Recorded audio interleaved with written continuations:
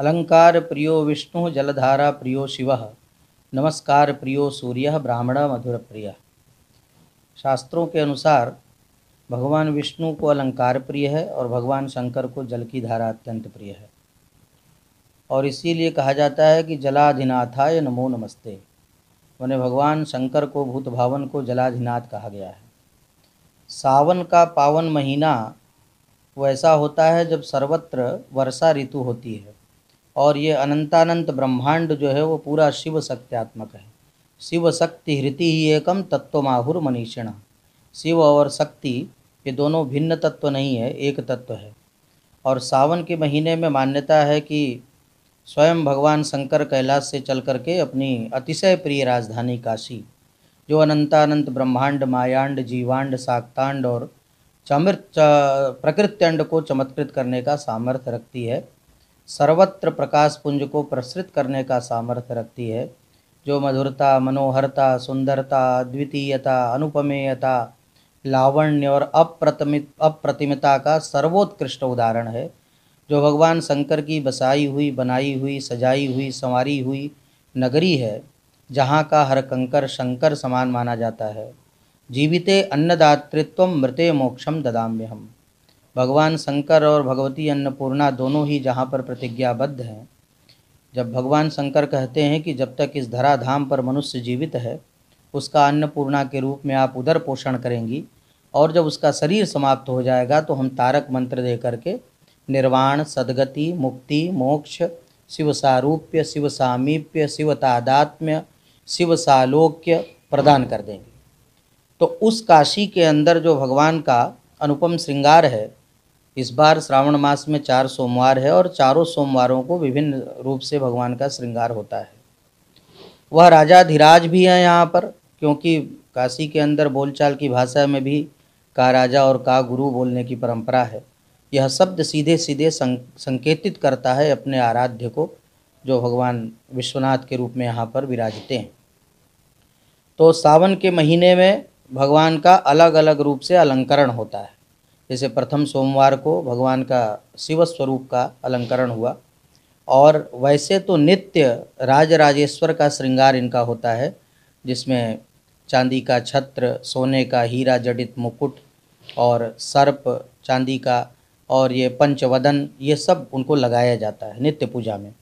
किंतु सावन के महीने में जब ऐसी मान्यता है कि स्वयं कैलाश से चल करके भूत भावन भगवान शंकर अपनी अतिशय प्रिय राजधानी में इसीलिए विराजते हैं कि उनके पास जो भी भक्त जाता है, कोई जल चढ़ा देता है, कोई बिल्व पत्र चढ़ा देता है, कोई भस्म चढ़ा देता है, कोई भांग चढ़ा देता है, तो वह आशुतोष शीघ्र प्रसन्न हो जाते हैं और भक्त का जो अभीष्ट है उसको पूर्ण भी करते हैं और उसके जन्म जन्मांतर कल्प कल्पांतर युग युगांतर के पाप ताप को भी विनष्ट करते हैं।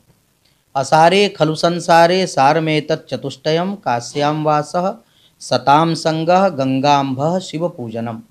असार संसार में 4 तत्व ही बतलाया गया है। काशी में वास करना, सज्जनों की संगति करना, माँ गंगा का स्पर्श करना, दर्शन करना या स्नान करना और भगवान शिव की पूजा करना। तो यह चारों सोमवारों को पृथक पृथक रूप से भगवान का श्रृंगार होता है।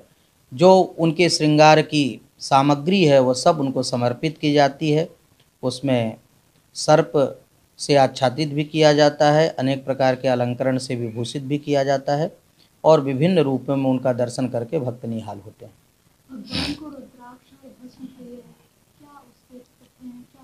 रुद्राक्ष प्रियो शिवः।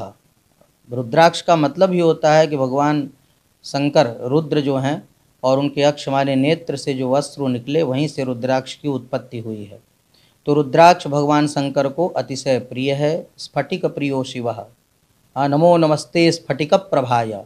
स्फटिक की प्रभा की कांति को लिए हुए जो भूत भावन भगवान कर्पूर गौरम करुणावतारम, कर्पूर के समान जो गौर वर्ण वाले हैं, करुणा के जो अवतार हैं, संसार के जो सार हैं, भुजगेंद्र हारम, सर्पों की माला धारण करने वाले जो हैं, और सदा वसंतम हृदयारविंदे, जो हमारे हृदय पटल में सदा सर्वदा के लिए विराजमान हो, भवम भवानी सहितम नमामि। ऐसे भगवान शंकर को भवानी के सहित हम नमन करते हैं, प्रणाम करते हैं। तो आप शिव सत्यात्मकम जगत, ये सारा संसार जब शिव सत्यात्मक है तो अन्य जो देवी देवता हैं वो सब भगवान शंकर में समाहित हो जाते हैं। कहा गया है कि सर्वम पदम हस्तिपदे निमग्नम, जब हाथी का पैर होता है तो उसके अंदर जो छोटे जीव जंतु होते हैं उन सब का जो है उसमें समावेश हो जाता है। उसी प्रकार से भगवान भूत भावन आशुतोष सर्व समावेशी महादेव हैं, जो सबको अपने अंदर आत्मसात कर लेते हैं, समाहित कर लेते हैं। और यही कारण है कि उनकी जो सवारी है वो बैल है, भगवती की जो सवारी है वो सिंह है।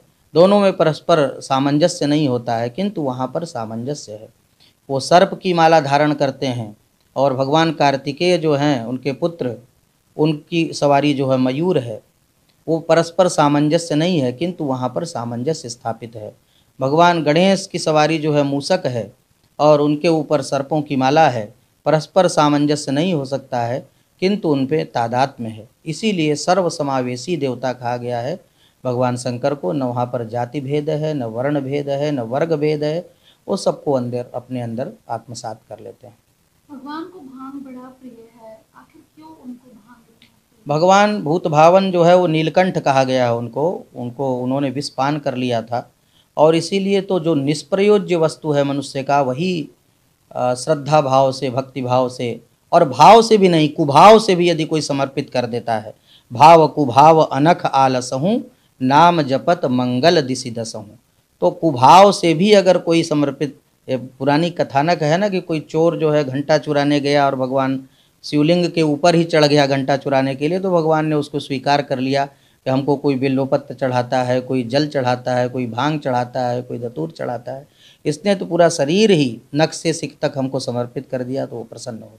इसी प्रकार जो नीलकंठ हैं भगवान, उन्होंने चूँकि विष धारण किया था और इस कारण से भांग जो है विजया, वह विजयोदक भी चढ़ाया जाता है। माने जल के अंदर विजया को मिश्रित करके विजयोदक भी अर्पित करते हैं। और मान्यता यह है कि वो सतत समाधि भाव में रहते हैं और भांग जो है वो मनुष्य को समाधिस्थ करता है, एकाग्र करता है, एकांत करता है।